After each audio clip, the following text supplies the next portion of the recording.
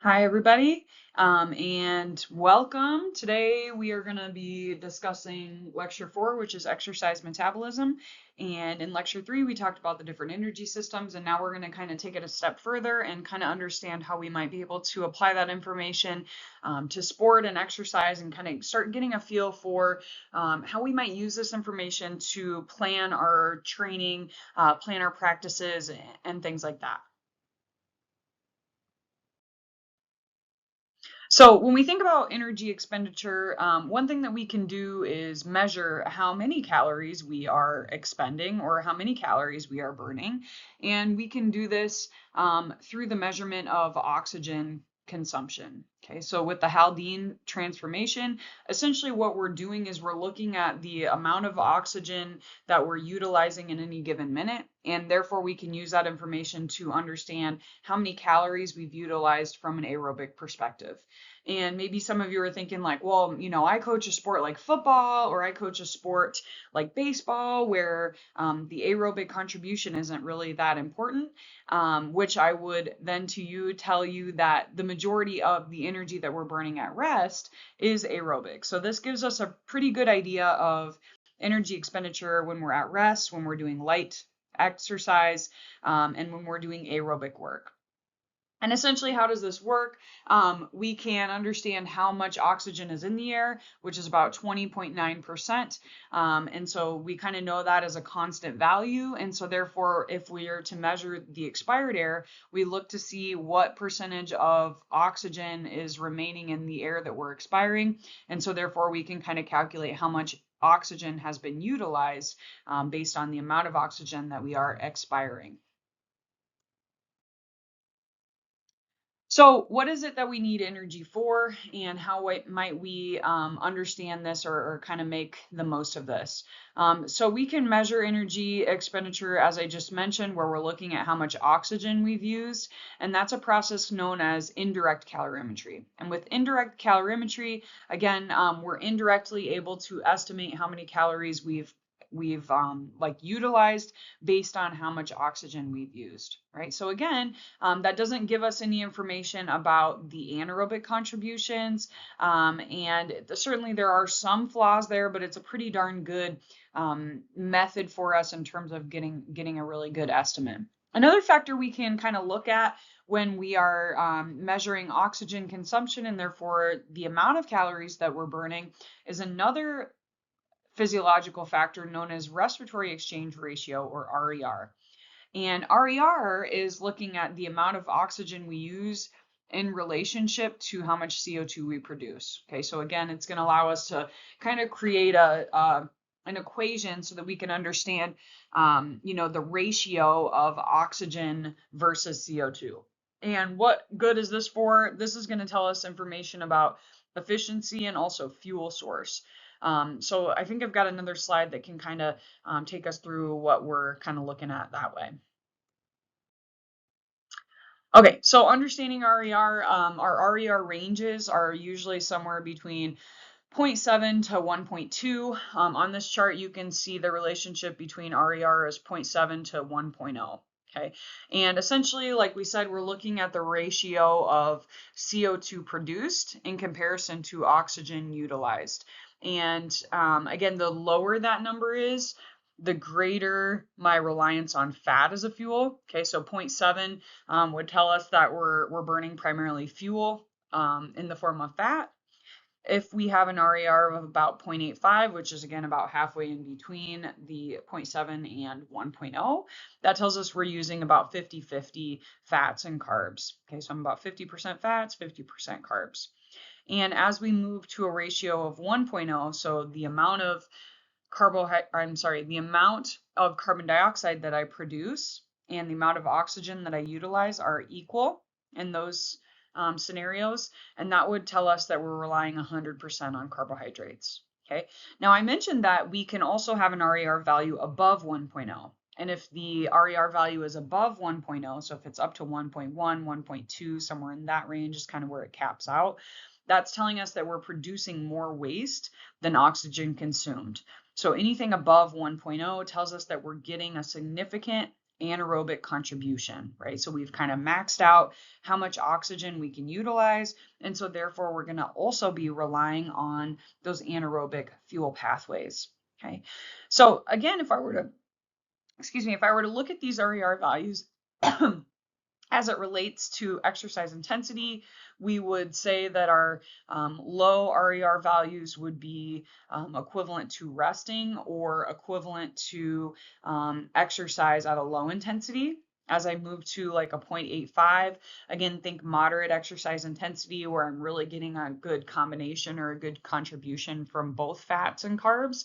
And as I move up in RER values, as I reach 1.0, again, that's going to tell us that I'm burning carbs, which tells us that the intensity is high, right? So again, the higher the RER value, the higher the intensity of that particular exercise bout. Okay. So again, we've touched a little bit on some of these terms. So again, we talked about the Haldane transformation in terms of allowing us to use indirect calorimetry to understand calorie burn. We also looked at RER and talked a little bit about fuel choices and how we can kind of understand which fuels we're using based on the situation there. So here we can use this information to kind of understand the total amount of calories that we're using. And that term we'll kind of use is metabolic rate. So with metabolic rate, we're looking at the amount of calories that are being used by the body. And again, this would account for kind of all-encompassing activities within the body in order for us to maintain homeostasis and maintain our normal functioning. So, there's two different terms that we can use to understand our kind of resting metabolic rate. So some textbooks or some researchers or experts will use the term resting metabolic rate, and others will use the term basal metabolic rate. Again, those terms can be kind of used interchangeably, but basically this number represents the minimum amount of energy needed to just stay alive. And so what are those calories doing? We're going to use calories from the foods that we consume to repair cells, to assist with respiration, with the cardiovascular system, to just kind of keep our heart and respiration kind of going, and then organ functioning while we're at rest. Again, a normal, I guess, a normal number that's kind of thrown around for BMR is about 1,200 calories, but that can vary substantially depending on the person, depending on their fitness, their age, their muscle mass, their regular activity as well. And we'll talk more about that here coming up. So again, if we're looking at 1,200 calories per day as a kind of an average resting metabolic rate, we can also look at total daily metabolic activity as well. So now we're kind of keeping in mind all the things that we're doing throughout the day above and beyond just resting that would require us to utilize more energy, right? So again, here we can look at what's going on as we change activities. Okay, so metabolic rate is going to increase linearly with exercise intensity, right? So what does that mean? So if I'm doing kind of like a low intensity activity, maybe I'm burning like 300 calories per hour. As I increase the challenge or the intensity of that activity, it increases linearly. So again, if I'm doing more of like a moderate intensity exercise, maybe I'm burning 500 to 600 calories per hour. And as I increase to like a vigorous or high intensity exercise, maybe something more like 800, 900 calories per hour, right? So again, there is a linear relationship there. And when we think about that as it relates to total daily metabolic activity, we can kind of sum those things up, right? So we'll take that 1,200 calories that we were burning at rest. We can add in calories that we burn during kind of light activity, whether that's, work or leisure types of things, and then also the amount of calories that we're burning during exercise, and kind of add that and summate that up. Again, for an average person, just a kind of throwing out kind of a standard number here, I would say 2,000 to 2,200 calories is kind of a standard number when we think about total energy expenditure in one given day. Again, that is just a standard block number. There's a huge amount of variance in terms of total amount of calories burnt per day, depending on so many factors, which, like I said, we'll get into here in a little bit. Okay, so here you can see the relationship between oxygen uptake and exercise, okay, in terms of duration. Here you can see wattage and blood lactate. Okay, so what's going on here? What are we looking at? As I increase the amount of oxygen that I'm intaking, I'm also increasing the amount of calories that I'm burning. Okay, as I increase that exercise intensity, so here you can see VO2 creeping up, we're also going to increase a waste product known as lactic acid or lactate, and that would indicate for us that we are having an anaerobic contribution of our fuel sources. Okay. So VO2 max is a term here, and VO2 max is the maximum amount of oxygen that we can consume in any given minute. And the higher your VO2 max is, the greater your aerobic capacity, the better you will perform as an endurance athlete or as an endurance subject. Okay. And so, having a high VO2 max is often linked with strong endurance performance, whether that's cycling, marathon running, endurance running, anything like that would benefit from a high VO2 max.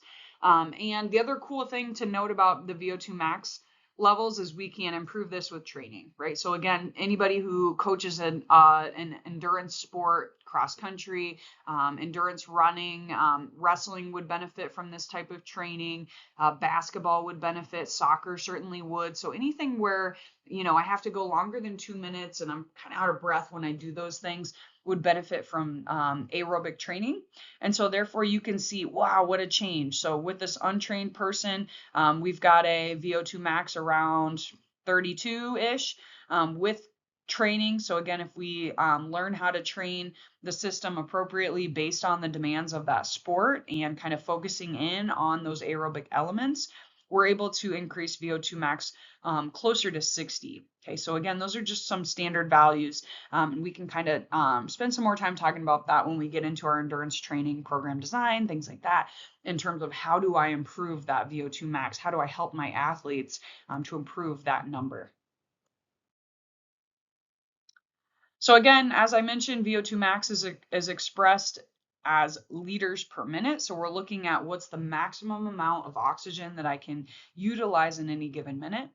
And this is great for non-weight bearing activities and weight bearing activities. Okay, so we can look at VO2 max as, like I said, in liters per minute. We can also look at this with it standardized for body weight. Okay, so this, I guess, in my opinion, like the true standard is looking at this normalized or relative to your body weight. Okay, so VO2 max as expressed in terms of liters per kilogram per minute. Okay, so again, with this version, this relative value, we're able to account for differences in body size. Right. So again, I'm looking at how much oxygen I'm using in any given minute in relation to how much weight I have or how much weight I weigh. Okay. And, what's the benefit of this when we think about, activities that are endurance related, like running, for example, right? So it doesn't necessarily matter how much oxygen I'm utilizing if we're not accounting for how much weight I have to move, right? So certainly it would be easy for us to conceptualize that a small female runner, right, somebody that's 90 to 100 pounds, needs significantly less oxygen to run at the same pace as a male counterpart that's maybe 150, 160 pounds, right? So again, by standardizing this related to body weight, that allows us to kind of get a better understanding of the fitness level of that individual, right? Because by looking at these two people, 150 pound, 160 pound male versus a 90 to 100 pound female, we can't tell who's going to be the better of the endurance athlete just kind of by looking at them. So it'd be interesting to kind of look at this as it relates to oxygen used per kilogram of body weight. Okay. So when we think about maximal energy expenditure, so as we talked about in lecture 3, no activity is either 100% aerobic or anaerobic. And so we think about estimates of anaerobic effort to kind of give us an idea of what that anaerobic contribution is. However, using these anaerobic estimates there's not really like a gold standard for that. There's several different things that we can kind of take a look at, but when we look at aerobic energy, kind of using that VO2 max is really the gold standard that we're going to go to kind of understand that, which interestingly, we don't really have that gold standard when we look at anaerobic exercise. So this kind of gives us one idea of what we can kind of look at to understand anaerobic contribution. And this term is known as EPOC, which is excess post exercise oxygen consumption. Okay, so I want to kind of go through what this chart's showing us and kind of talk about the significance of this as an athlete, but then also potentially as a weight loss tool as well. Right. So here you can see the start of exercise. Okay. And as we start exercise, if you've ever done any type of exercise, those first 2 minutes, let's say I'm going for a jog or whatever, it feels very hard. Like, oh man, it's hard to get going. I don't know if I can do this. That's kind of how it feels for those first couple minutes. And the reason for that, and I feel like the older I get, the more I notice this. The reason for that is as I start this exercise, my need for oxygen immediately increases based on the movement that I'm doing. I'm asking my muscles to become activated, etc. I'm trying to move with speed, force, etc. But it takes some time for our bodies to respond, usually 2 to 3 minutes, and maybe more so as you get older, in order for us to respond to that need. Okay, so again, after a few minutes, and this is one of the reasons why a warm-up is so important, I reach what's called a steady state. And once I reach steady state, that's when I'm running and I'm like, okay, I can do this. Running is good. Running is fun, right? The amount of oxygen that I'm bringing in is matching my needs. Okay, so supply and demand are equal. Life is good. Everything feels great. Okay. However, remember that we've created this deficit, okay, or this debt that I'm going to have to pay back. Okay. So I needed oxygen. I didn't have it. Now I'm good to go, but I have this debt, like a college loan, that eventually I'm going to have to pay back. Okay. So I get to the end of the exercise, I stop exercising and see that my need for oxygen immediately drops. However, I'm going to maintain an elevated oxygen consumption for quite a while post exercise. And that, my friends, is EPOC. And EPOC accounts for this extra oxygen that I need after exercise in order to recover from that exercise bout. Okay. And again, if we remember that oxygen consumed equals calories, think of this as like bonus calories after the exercise bout is over. So from a weight loss perspective, you've maybe heard people say like, okay, if you exercise, it's going to elevate your metabolism after the exercise is over. And that is exactly correct. And the reason for that is because of EPOC. Okay, so what's going on when I still have this elevated oxygen consumption post exercise? I'm replenishing my ATP phosphocreatine stores. I'm converting that lactate that I had back to glycogen. I may be replenishing some of the fuel sources, and I'm getting rid of waste products. I'm also going to try to get my body temperature to kind of cool back down. We want to change blood pressure back down. We want to adjust blood sugar levels. So lots of things are going on to kind of allow us to get back to homeostasis once that exercise bout has stopped. Okay, so again, I'm just going to make these numbers up. Don't like write these down or anything. Let's say I burnt 300 calories during this 30-minute exercise bout, okay? And then I stop exercising and I'm still have this elevated need or this elevated consumption of oxygen. And maybe that accounts for an additional 100 calories, right? So again, if I'm able to burn an additional 100 calories post-exercise, wow, what a great deal. Think of those as like free calories that I get to burn, which would allow me to lose some weight if I, continue to do this over time. So really interesting when we think about that. How does this relate to us when working with athletes?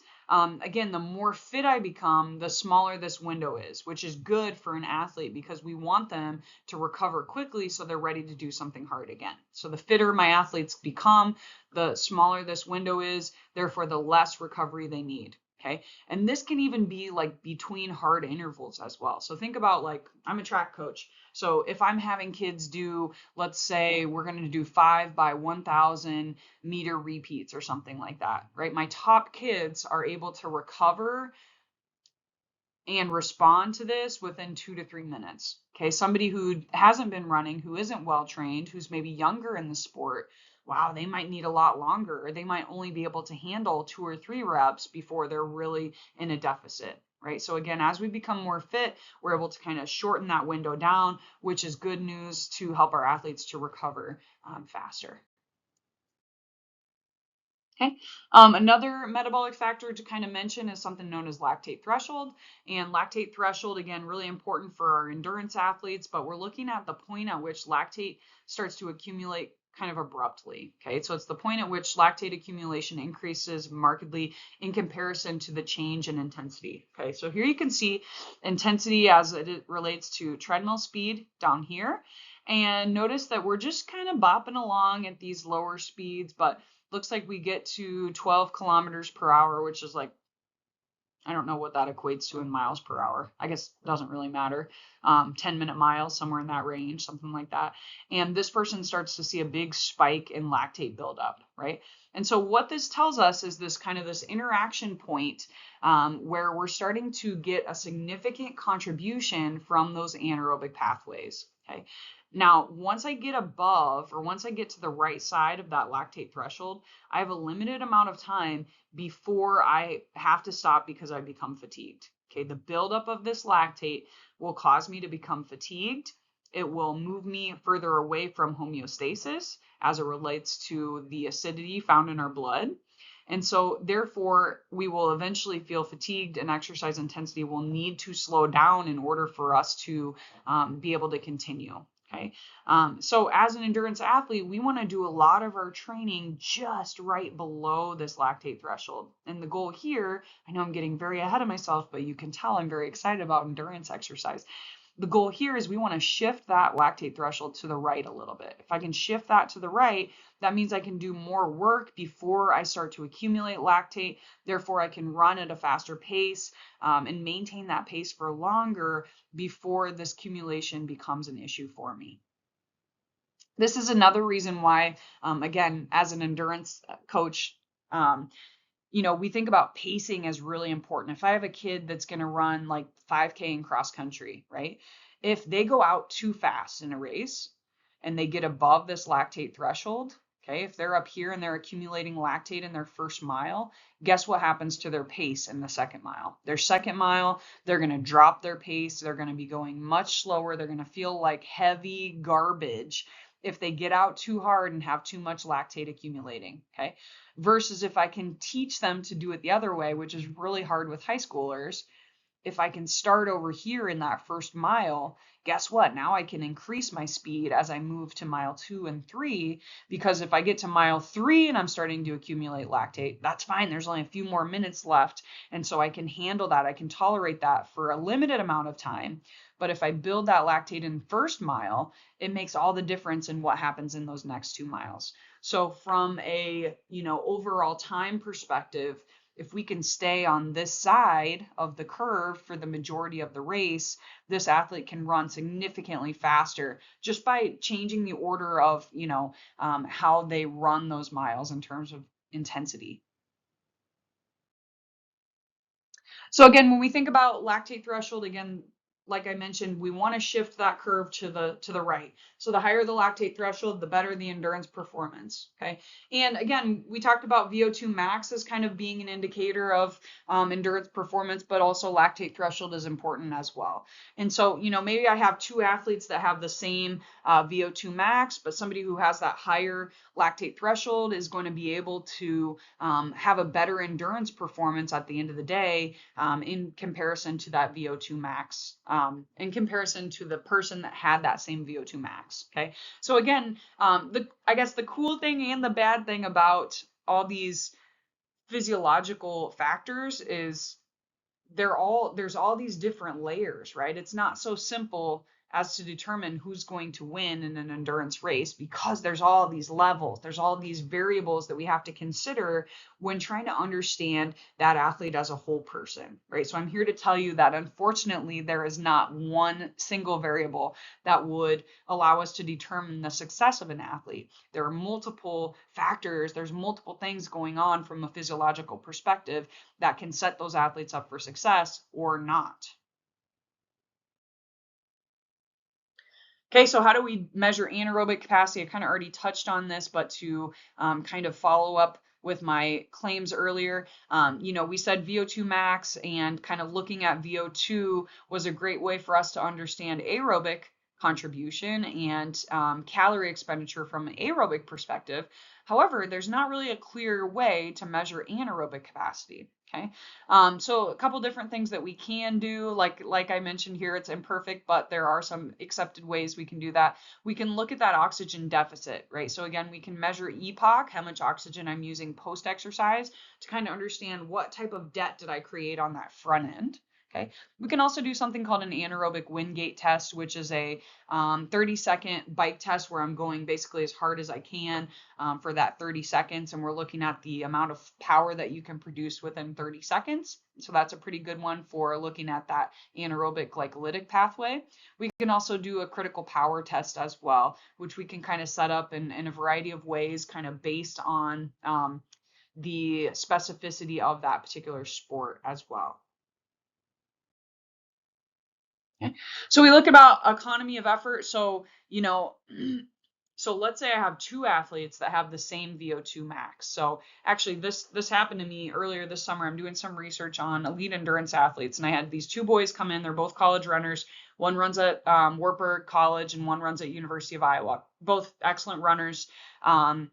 And they come in, and the one from University of Iowa had a VO2 max of 66. The Wartburg kid had 55, but the Wartburg kid was able to run longer in the protocol, but got a lower number, right? And again, what we're looking at there is something known as economy of effort. Okay. So even though the Iowa athlete was able to reach a higher VO2 max, that Wartburg kid was getting more bang for his buck, so to speak.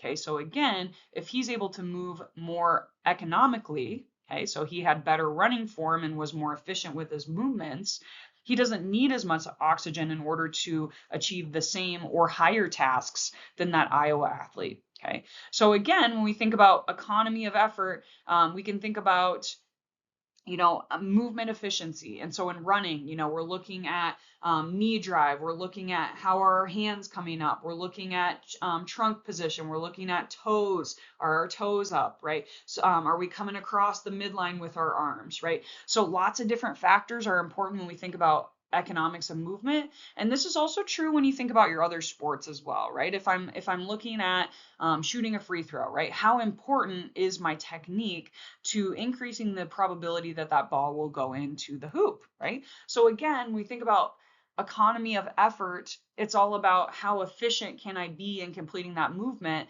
that would allow me to minimize the amount of calories or the amount of oxygen that I need to complete that task, or B, be able to do an absolute greater amount of work with that same VO2 max. Okay, so here you can see that exactly what I just described here, looking at running economy or their submaximal oxygen consumption, comparing two different runners. Okay, so runner A, when they're running at 7 miles per hour, okay, requires more oxygen in comparison to runner B. Okay, so at this given pace, runner B is better off, right? So runner B is using less energy, so that's good news. Okay, same thing when we go up here. Runner B is able to use less oxygen, and so he's more efficient.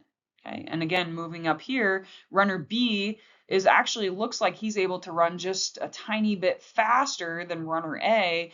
However, he's using less oxygen. So the amount of oxygen that he's using at kind of this maximal intensity is equivalent to what runner A is using at like 90% intensity. Okay, so runner B is going to be the better of these two runners. So here we can take a look at some of those characteristics that we would find to allow our endurance athletes to be successful. So number one, and potentially the most important factor, is the VO2 max. So the higher the VO2 max, again, we see a relatively linear relationship between VO2 max and endurance performance. Also, a higher lactate thresholds as determined by a percentage of the VO2 max. So again, the higher my lactate threshold, the more work I can do before I start to see those metabolic waste product buildup. And so the more successful I will be from an endurance perspective. So for example, like elite endurance athletes are going to have their lactate thresholds around like 90 to 92%. The average person, their lactate thresholds will be more like 70 to 75%, maybe 80%. So again, looking to kind of push that lactate threshold to the right would allow us to improve endurance performance. High economy of effort. So again, looking at technique. So again, if we're talking running, we're talking about running efficiency. We're talking about those biomechanical movements. Okay. And then lastly, a high percentage of type 1 muscle fibers. So again, we'll talk more about that throughout this class, but type 1 muscle fibers are are slow twitch muscles. And so the more slow twitch or aerobic muscle fibers I have, the greater my likelihood of success as an endurance athlete. Now, if you are an endurance coach, again, cross country, soccer, track and field and distance events, wrestling are some examples. You know that these are just the physiological variables that make a difference, right? So again, we think about how does this apply to real life? What's going on between an athlete's ears makes a huge difference as well as their, we can talk work ethic, we can talk maturity, we can talk strategy in terms of their race or game strategy. All sorts of other factors are going to play an important role. Their mental toughness, how resilient are they, right? So again, I think the cool thing about being an endurance coach and a science person is, yes, I know all of these scientific measures are super important, but I also know how it works out in real life has a lot to do with many other factors beyond just what's going on from a physiological perspective. And that, my friends, is the art of coaching, right? Understanding how to kind of combine all of these factors and understand how to best serve our athletes from not only a physiological perspective, but a psychological perspective as well.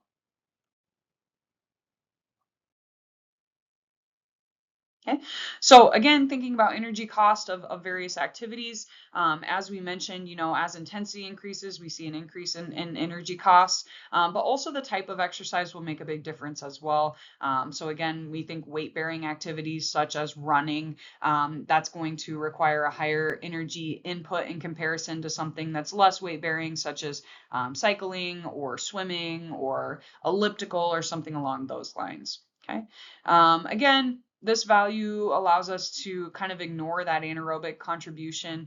And again, when we think about how many calories I'm expending in a given day, certainly the activity level will play a huge role, but also there are some inherent body factors such as age. So above the age of 35, we do see a decrease in energy expenditure for individuals. Sex, again, males are generally going to expend more energy than females. And again, we don't think that that's innately related to their biological sex. However, it is innately related to the amount of muscle mass that they have. Okay, size, so a larger person will expend more calories, generally speaking, or need more calories, generally speaking, than a smaller person. Body weight, but more important than body weight would be fat-free mass or muscle mass. So the more muscle mass I have, the more calories I need in order to sustain that weight.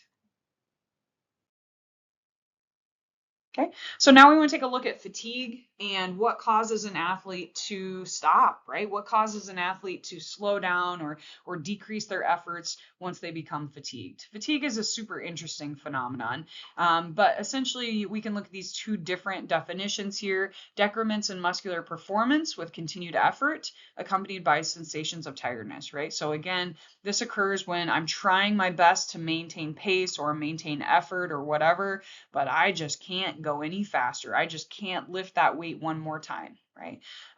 Second definition, inability to maintain required power output to continue muscular work at a given activity, right? So again, a given intensity. So again, if I'm doing bench press, for example, and I'm benching 105 pounds or whatever, and I can do the first 6 reps, no problem. I get to rep 7, it's pretty hard. Rep 8's really hard. I get to rep 9 and I just can't do it, right? So again, I'm not able to maintain that power output against that given set intensity of 105 pounds. Okay. Fatigue is reversible by rest. And again, does rest mean I take 2 minutes off and try another set? Or does rest mean I take off a day or two and then come back to it? Or take a week off from doing bench press and come back to it? Well, it means both. Let's talk more about that. So again, the causes of fatigue are complicated. Certainly, that's kind of a cop out, right? So it's a complex phenomenon related to the type and intensity of the exercise. So again, the causes of fatigue are going to vary based on what the metabolic demands were up front. So if it's like a high intensity ATP PCR type of exercise versus long duration, low intensity exercise, those fatigue reasons will vary substantially. Okay, muscle fiber type, again, we've kind of already briefly mentioned that there's a fast twitch and a slow twitch type of muscle cell. And so again, they will fatigue at different rates and via different stimuli. Training status. So again, that's kind of one of our jobs as coaches is to improve our training status so that our athletes don't get fatigued or don't get fatigued as fast. Training diet as well. So again, our diet will make a huge difference in terms of how quickly we're recovering. Did we give ourselves enough fuel to set ourselves up for success based on the demands of that exercise? Okay, so we've got 4 major causes that we're going to kind of unpack here. Inadequate energy delivery, accumulation of metabolic byproducts, failure of muscle contractile mechanisms, and then altered neural control of muscle contraction. Okay, so let's take a look at what's going on within that ATP phosphocreatine system. And again, when we see energy depletion as it relates to this particular energy system, again, we're talking about really high intensity, short bouts that require a lot of power. Okay, so again, if we deplete the phosphocreatine that we have stored within the muscle, this will coincide with fatigue. And again, this will be, if I'm doing for example, I'm doing 10 reps on bench press, again, getting to rep 9, 10, etc. Kind of in that range of about 10 to 12 seconds-ish. That's where I'm going to really start to see this fatigue occur. Okay, so we'll see that inorganic phosphate accumulation, that could be the potential cause. And pacing can help to defer phosphocreatine depletion. So again, if I'm using that bench press example, maybe instead of choosing 105 pounds, I go down to 95 pounds or something along those lines. I'm able to kind of push those upper limits of that phosphocreatine system in that particular example. Okay, what about glycogen depletion? When does this become an issue for us? So glycogen, we have about 2,000 calories worth of glycogen. So in order for us to deplete a substantial amount of this, we're looking at exercise that's at least 60 to 70 minutes in duration, probably in reality more like 100 minutes to 2 hours in duration. Okay, so depletion will be correlated with fatigue. Once we start to see that glycogen depletion occurring, this can deplete the higher the intensity is, the faster it will deplete. So again, around 60 minutes, we're starting to see substantial depletion if I'm doing really high, intensity, high effort type of exercise. Again, if I'm doing a leisurely hour-long bike ride, I'm not going to see that much of an issue for glycogen depletion. Okay.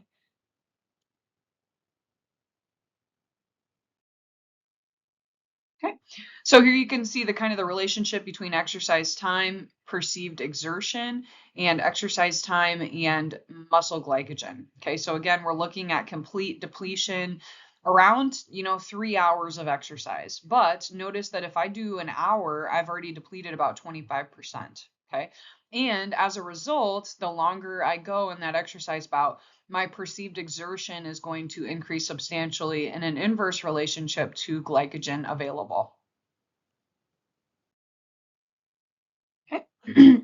So again, some other factors related to this glycogen depletion that we've mentioned, muscle fiber type and recruitment patterns will play a role. So again, we said that type 1 fibers are those slow twitch fibers that are going to be really important for endurance exercise. And again, the fibers that are recruited first or most frequently will deplete the fastest. So generally speaking, we are going to first recruit type 1 fibers, then we're going to recruit what's known as type 2A fibers, and these are going to be kind of intermediate fibers, or will contain some fast and some slow twitch qualities. And then type 2X are going to be recruited last, and those are going to be those fast twitch or high intensity, high power types of muscle fibers. Okay.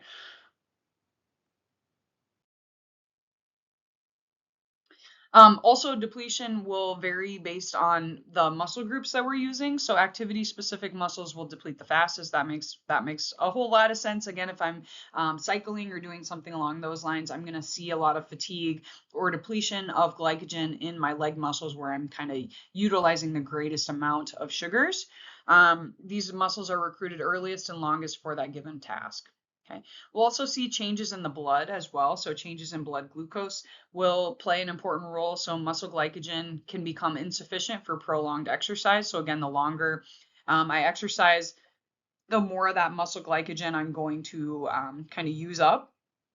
And then I'm going to go to my liver where I also have some glycogen stored. And again, glycogen is just like the storage form of sugar. And so like once I use up the glycogen or that storage sugar that I have inside the muscle cell, like if I'm cycling, for example, if I use up all the sugars that are stored in my quad muscles or in my like leg muscles, then I'm going to go to the liver and try to get some out of, think of that as like my savings bank.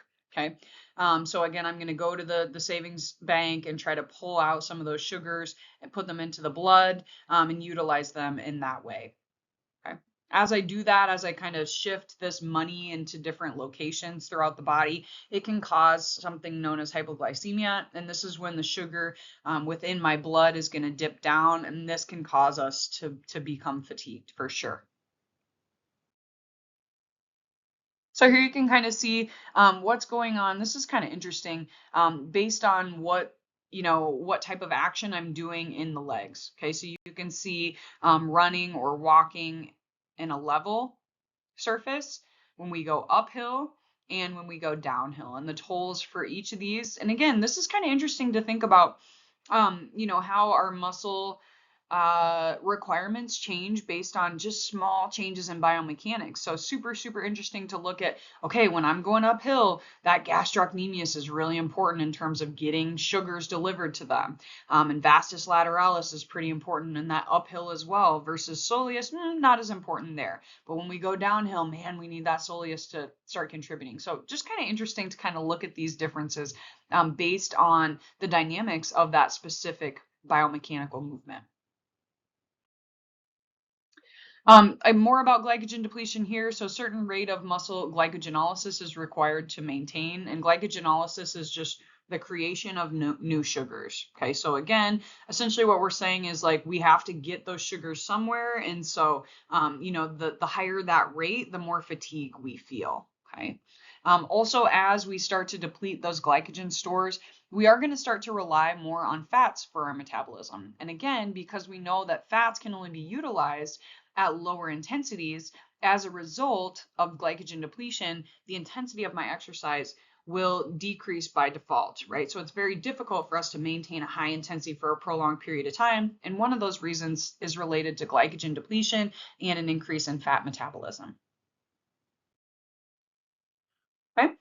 Fatigue can also be caused by metabolic byproducts, or think of this as like your waste product buildup. Okay.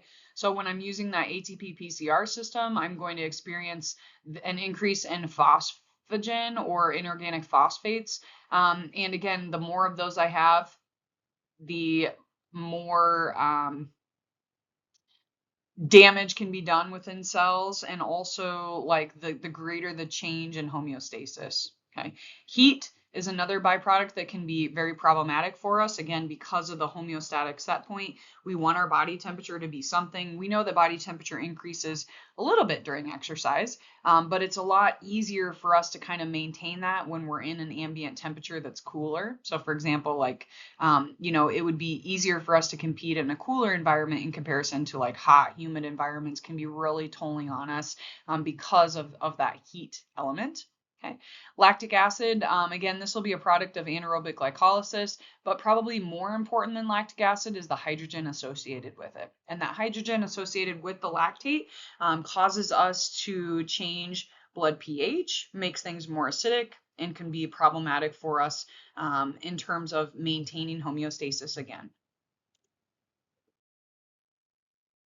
So here you can see the time to exhaustion. This is kind of interesting as it relates to heat and humidity. Okay. So here in this study, we're looking at an ambient temperature or an air temperature of 38 degrees, 51 degrees, 70 degrees, 87 degrees. Okay.